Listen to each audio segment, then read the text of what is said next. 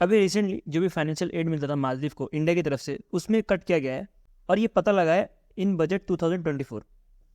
Not only Maldives, इसके साथ दूसरे कंट्रीज भी है और इसके साथ कुछ कंट्री का कट किया है और कुछ कंट्री का बढ़ाया है। तो हम इस वीडियो में कवर करेंगे कि मालदीव का कितना कट किया है और कौन सी दूसरी कंट्रीज है जिसका बढ़ाया है फाइनेंशियल एड। जो मालदीव का डेवलपमेंट एड है इसको कम किया गया है बाई 22% इन यूनियन बजट जो भी 2024 और 25 का है। और ये करने का कारण आप सबको पता ही होगा, जो मालदीव का प्रेसिडेंट मुइज़ू है जो प्रो चाइना है, इन्होंने जो कमेंट की थी अभी जब मोदी जी लक्षद्वीप गए थे उसके बाद ये चीज़ हुई है। तो हम समझते हैं कितना कम हुआ है। अभी जो डेवलपमेंट एड दिया जा रहा है मालदीव को वो 600 करोड़ है और फाइनेंशियल ईयर 2023-24 को दिया गया था 770 करोड़ रुपीज़। इसके साथ आपको मैं बताना चाहूँगा फाइनेंशियल ईयर 2023-24 में जो पहले तो सेट करके रखा था गवर्नमेंट ने वो 400 करोड़ रुपये था, बाद में इसको बढ़ा के 770 करोड़ रुपये कर दिया गया था। 770 करोड़ रुपीज़ है, ये 300% ज़्यादा है जो फाइनेंशियल ईयर 2022-23 में जितना दिया गया था उससे।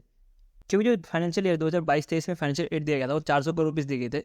फिर नेक्स्ट ईयर में ये फाइनेंशियल एड जो है कुछ 180 करोड़ से बढ़ गया और अब जो है कुछ 170 करोड़ से कम हो गया। 70 करोड़ का जो डिक्रीमेंट है इसको बोला जा रहा है 22% जो पिछले साल था उससे।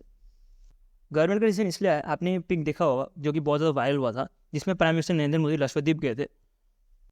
इसका जो मालदीव गवर्नमेंट के जो मिनिस्टर्स हैं इन्होंने बहुत गंदा कमेंट किया था मोदी जी के ऊपर, तो उस वजह से ही ये चीज़ हो रही है।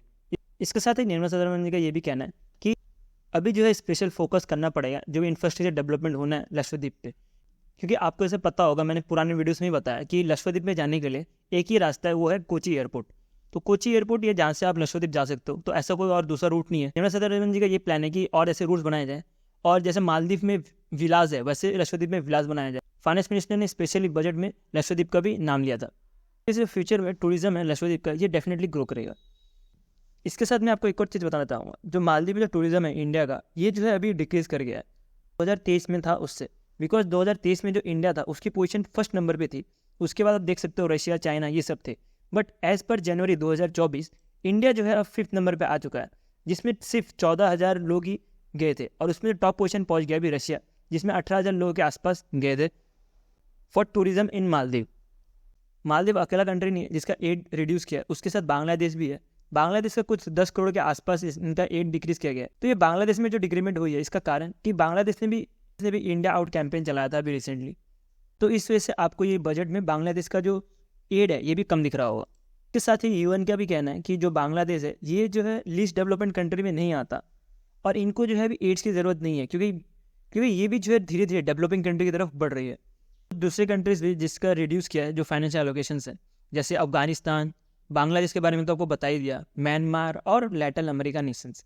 अब म्यांमार का कारण ये है कि जो अभी मिलिट्री coup हुआ था उसके लिए, और अफगानिस्तान का कारण ये है बताया तालिबान की वजह से भी जो इनका एलोकेशन है वो कम किया गया है।